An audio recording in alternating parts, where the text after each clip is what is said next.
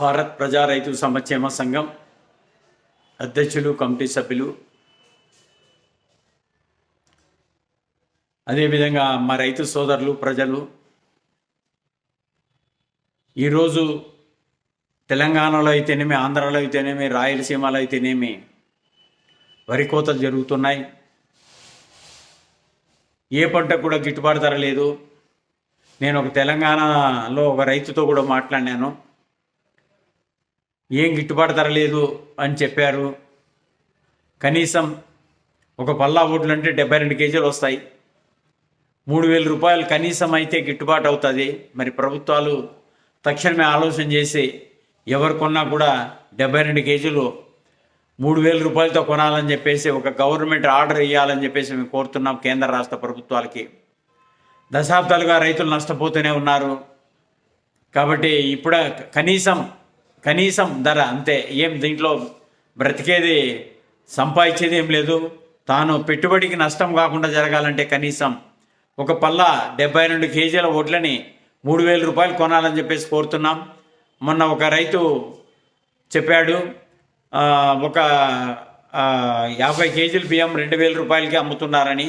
ఇది చాలా అన్యాయం.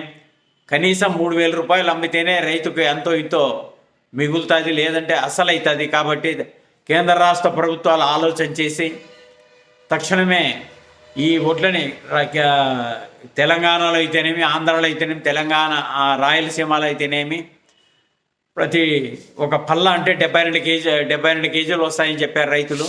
ఖచ్చితంగా 3,000 రూపాయలతో తక్షణమే ఈ ఆర్డర్ కేంద్ర రాష్ట్ర ప్రభుత్వాలు పాస్ చేయించాలని చెప్పేసి మేము భారత్ ప్రజా రైతు సంక్షేమ సంఘం నుంచి కోరుతున్నాం.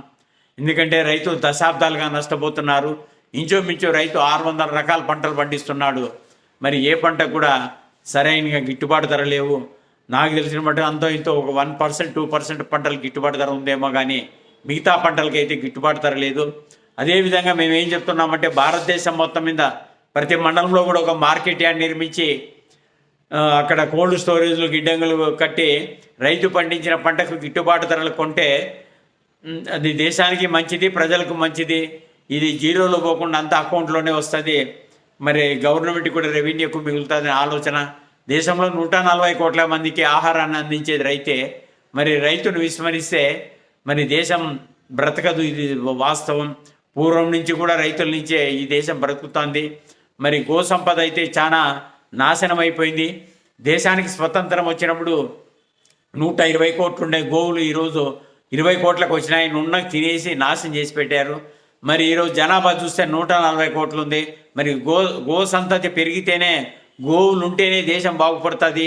దీనికి మన బసంపల్లి నాగరాజు గారు 13 సంవత్సరాల నుంచి గో ఆధారిత వ్యవసాయం చేస్తూ దాన్ని ఖచ్చితంగా దీని గురించి భూములు చెడిపోకుండా ఉండాలంటే గోవు మూత్రము, గోవులతో చేసినది జీవామృతం చేస్తే తప్పకుండా బాగుపడతాయని వాళ్ళు చెప్తున్నారు.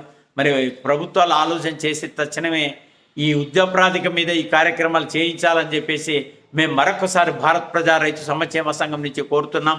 మొన్న చూసాం ఒకసారి తెల్లవాయలు నేను 33 రూపాయలు కేజీ తెచ్చాను.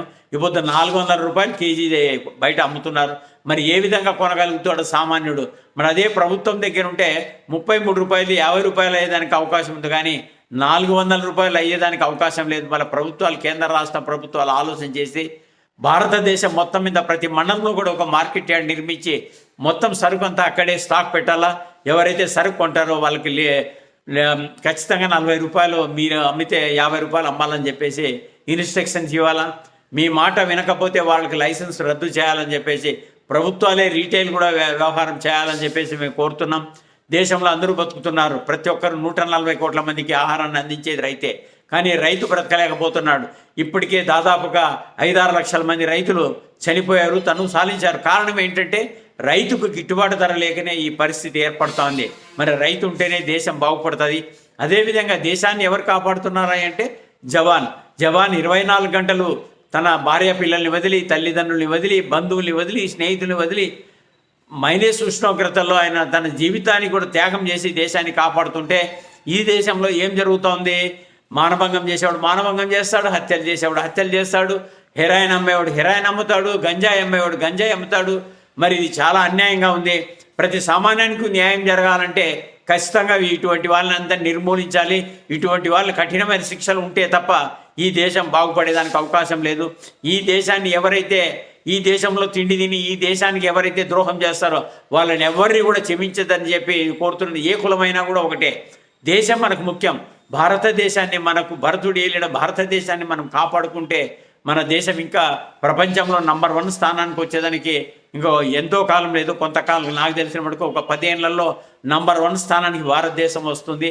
ఎందుకంటే ఇప్పటికే మేము చూస్తున్నాం, ఎన్నో హైవే రోడ్లు వేస్తున్నారు, ఎన్నో రైల్వే లైన్లు వేస్తున్నారు, ఎన్నో పనులు చేయిస్తున్నారు. మరి ఇప్పుడైనా రైతులు కూడా పట్టించుకొని 65% ఉంటే రైతాంగానికి ప్రతి పంటకు కూడా గిట్టుబాటు ధర కల్పిస్తే ఖచ్చితంగా రైతు దేశాన్ని బతికిస్తాడు, దేశం బతుకుతుంది. ప్రతి పంటకు కూడా గిట్టుబాటు ధర కావాలి. చిన్న ఉదాహరణ చెప్తున్నాను. 1968లో జీతం 100 రూపాయలు, బియ్యం 100 రూపాయలు. మరి బియ్యం ఈ పొద్దు ఎక్కడున్నాయా అంటే 2000, 2500 రూపాయలు ఉన్నాయి. మరి నీ జీతం ఎక్కడ దాకా పోయింది? 30,000 నుంచి 1,00,000 రూపాయలు పోయింది. మరి వారు చేసిన పుణ్యమేమి, 65% ఉంటే రైతాంగం చేసిన పాపమేమి మాకు అర్థం కాలేదు. వాస్తవంగా చెప్పాలంటే 1970లో మేము కూడా ఢిల్లీ బగాల్ పంట పండించినాం. కనీసం ఆ రోజు మాకు ఎకరాకు కూడా 600 నుంచి 700 రూపాయలు లెక్క మిగిలింది. ఇప్పుడు ఆ పరిస్థితులు లేవు. ఉపాధి హామీ పథకం పెట్టయితే రైతులను సర్వనాశనం చేశాను, దేశమే నాశనం అయిపోయింది. కాబట్టి కేంద్ర రాష్ట్ర ప్రభుత్వాలు ఇకనైనా కూడా ఆలోచన చేసి తక్షణమే ఉపాధి హామీ పథకాన్ని రైతులకు అనుసంధానం చేస్తే రైతులు కొంతవరకు కూలీలు పుట్టి ఏదైనా ఇంకా పంట పెట్టి దేశాన్ని అభివృద్ధి చేయడానికి రైతు ఎంతో ఉపయోగపడతాడు.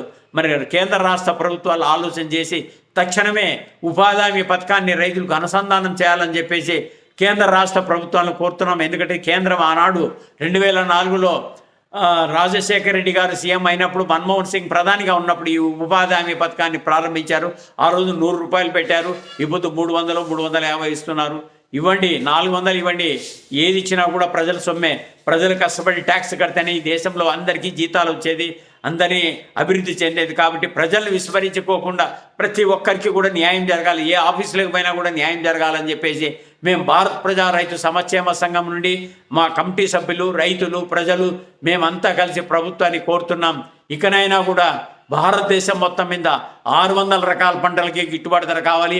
అదేవిధంగా చీనీ పంట కూడా మేము ఇంతకుముందు మార్కెట్ యార్డ్లు అడిగితే ఇష్టం వచ్చినట్లు వాళ్ళు పబ్లిక్ ఏలం పెట్టుకోకుండా ఇష్టం వచ్చినట్టు చేస్తున్నారు. పబ్లిక్ ఏలం పెట్టాలా? ఫస్ట్ క్వాలిటీ 50,000 రూపాయలు, సెకండ్ క్వాలిటీ 45,000 రూపాయలు, థర్డ్ క్వాలిటీ 40,000 రూపాయలు. సరుకు ఎవరైతే కొంటారో కమిషన్ వాళ్ళతో తీసుకోవాలి, కానీ రైతులతో తీసుకోకూడదని చెప్పేసి కేంద్ర రాష్ట్ర ప్రభుత్వాలకి రైతుల తరఫున చిన్న విన్నపంగా చెప్తాం. దీన్ని కూడా ఆలోచన చేసి, ఎందుకంటే కాశ్మీర్లో కూడా ఎవరైతే సరుకు కొంటారో కమిషన్ వాళ్ళే ఇస్తున్నారని చెప్తున్నారు. అదే మహారాష్ట్రలో కూడా ఎర్రగడ్డలో ఎవరైతే కొంటున్నారో కమిషన్ వాళ్ళే ఇస్తున్నారని చెప్తున్నారు. ఇదే పద్ధతిని భారతదేశం మొత్తం మీదంతా ఒకే చట్టం, ఒకే న్యాయం ఉండేటట్టు చేస్తే దేశం బతకడానికి అవకాశం ఉంటుంది. ఇప్పుడే ఎంతో మనం దెబ్బతిన్నాము.